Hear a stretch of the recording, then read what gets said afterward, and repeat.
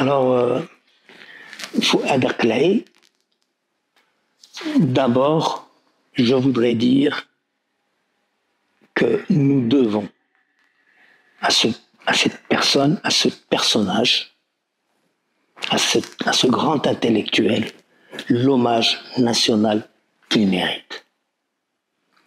Parce que Fouad a pu, grâce à la collaboration de tous les jeunes qui l'ont entouré, grâce aux partenaires journalistes, architectes qui ont été les siens, comme Selma Zalouni et tant d'autres, il a été à la pointe de l'écriture de l'histoire, d'un fragment de l'histoire de notre pays, qui est l'architecture et la construction.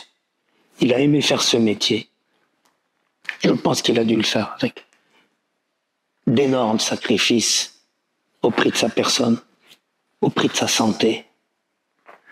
Je pense qu'il l'a fait aussi, il a tenu le coup parce qu'il avait en lui le sens de la militance, le sens du progrès, le sens de la découverte.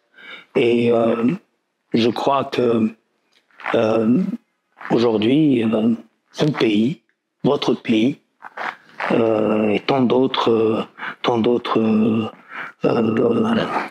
fragments professionnels, y compris internationaux, doivent un hommage à la taille de son apport, parce qu'il a mis noir sur blanc un héritage fantastique qui est le parcours de l'architecture au Maroc, de son urbanisme, de ses problèmes professionnels, et qu'à ce titre, il faut mesurer.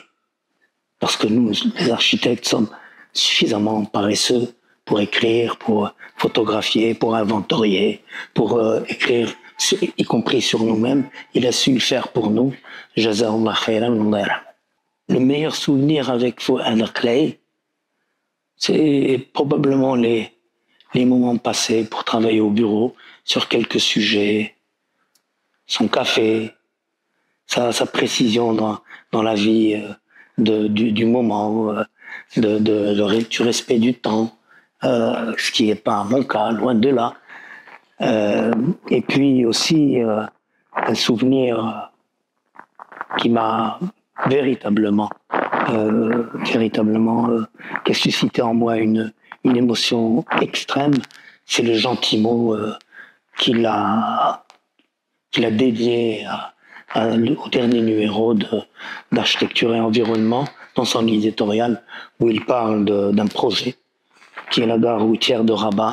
Il en parle avec tellement de simplicité, tellement de force, tellement de justesse, même si je suis à l'origine de ce projet.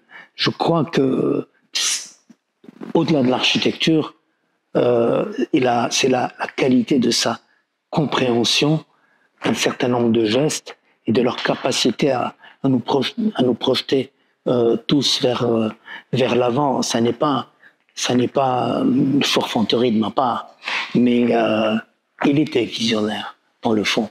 Et ce petit paragraphe d'introduction à l'éditorial, à son éditorial récent, m'a véritablement